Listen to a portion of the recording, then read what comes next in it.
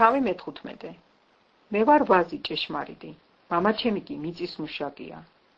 ყოველ უნაყოფო ლერწს ჩემში ის მოაშორებს და ყოველ ნაყოფი ერთ კი განწმენდს, რათა მეტი ნაყოფი გამოიღოს.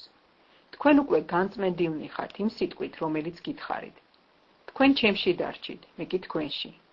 როგორც ლერწი ვერ მოისხამს ნაყოფს თავისით თუ ვაზზე არ დარჩება, ისევე თქვენს თუ ჩემში არ დარჩებით. მე ვაზი ვარ, თქვენ კი ლერწები. ვინც ჩემში რჩება და მე მასში, იგი ბევრ ნაყოფს ისხამს, რადგან უჩემოდ არაფრის კეთება არ შეგიძლიათ. ვინც ჩემში არ დარჩება, გარეთ გადაიგდება, როგორც ლერწი და დაჭკნება.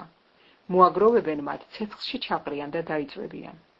თუ ჩემში დარჩებით და ჩემი სიტყვები თქვენში დარჩება, რასაც ისურვებთ, ითხოვეთ და გექნებათ. ამით განდიდდება მამა ჩემი, თუ ბევრ ნაყოფს გამოიღებთ და ჩემი მოწაფეები იქნებით. როგორც მამამ შემიყვარა მე, მეც ასევე შეგიყვარეთ თქვენ. დარჩით ჩემს სიყვარულში. თუ ჩემს ცნებებს დაიცავთ, ჩემს სიყვარულში დარჩებით, როგორც მე დავიცავი მამა ჩემის მცნებები და დავრჩი მის სიყვარულში. ეს ყველაფერი იმიტომ გითხარით, რომ ჩემი სიხარული იყოს თქვენში და სრულყოფილი იყოს თქვენი სიხარული.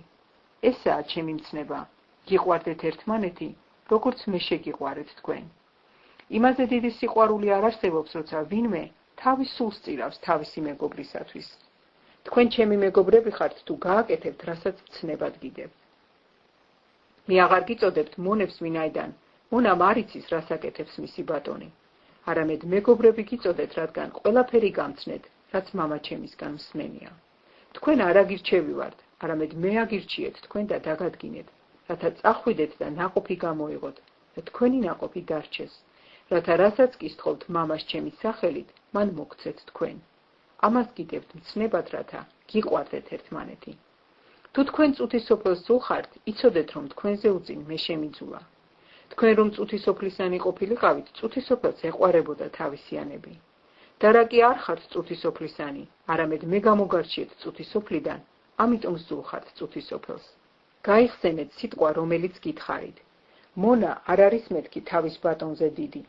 მე თუ მდევნიდნენ, თქვენც დაგიწყებენ დევნას. თუ ჩემი სიტყვა დაიცვეს, თქვენსაც დაიცავენ. მაგრამ ყოველივე ამას ჩემი სახელის გამო გიზამენ, რადგან არ იცნობენ ჩემს მომავლინებელს.